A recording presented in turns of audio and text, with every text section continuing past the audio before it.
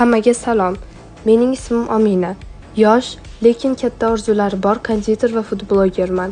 Men Instagramdagi bu sahifam orqali sizlar bilan shirinliklar, tortlar va o'z mehnatim orqali oyoqqa turish yo'lini boshlayman. Hozirda bento tortlar va turli shirinliklar tayyorlashni o'rganyapman va bu orqali o'z ishimni boshlashni niyat qildim. Maqsadim shu yozda bento tortlar va turli xil shirinliklar tayyorlab sotish orqali daromadga chiqish.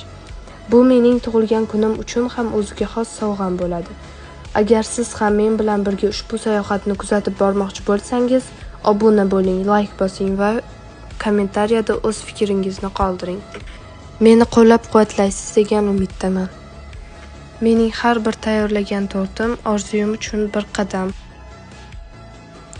Hozir esa sizlar bilan birga yana bir shirin mahsul tayyorlayapman.